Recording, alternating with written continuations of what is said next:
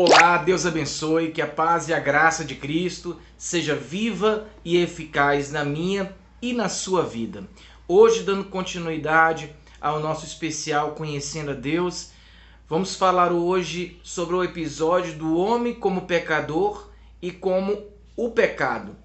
É fato que nós vamos trabalhar hoje dois textos, ambos estão em Romanos. O primeiro deles está em Romanos, capítulo 3, verso 23, e diz assim: porque o salário do pecado é a morte, mas o dom gratuito de Deus é a vida eterna por Cristo Jesus, nosso Senhor. O outro texto nós vamos trabalhar em Romanos, capítulo 3, o verso 23 e 24, diz assim: pois todos pecaram e carecem da glória de Deus, sendo justificados gratuitamente por sua graça, mediante a redenção que há em Cristo Jesus. Então, primeiramente, nós precisamos reconhecer que nós somos pecadores. Esse é o primeiro passo.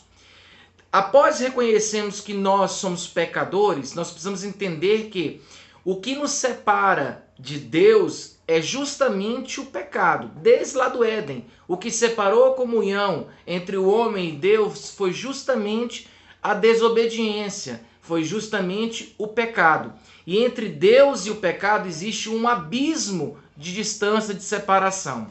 Mas a boa nova é que eu e você não precisamos nos prender e nos sentirmos condenados por esse pecado, que nós já nascemos com ele, mas existe um plano de salvação, um plano de resgate para desfazer as obras que o inimigo fez, que Satanás utilizou lá no Éden para entrar o pecado no mundo, através do segundo Adão, chamado Jesus Cristo de Nazaré. Então, ele fala aqui, em ambos os textos, falando-se dos 23 e 24 versos do capítulo 3, ele diz o quê?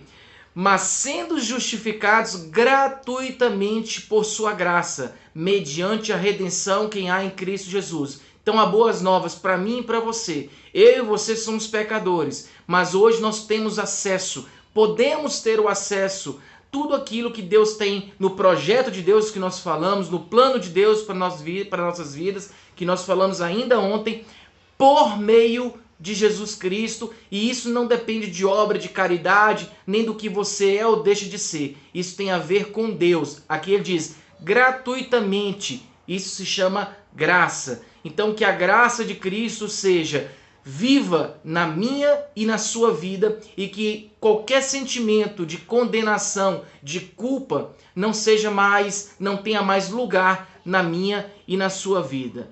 Deus te abençoe.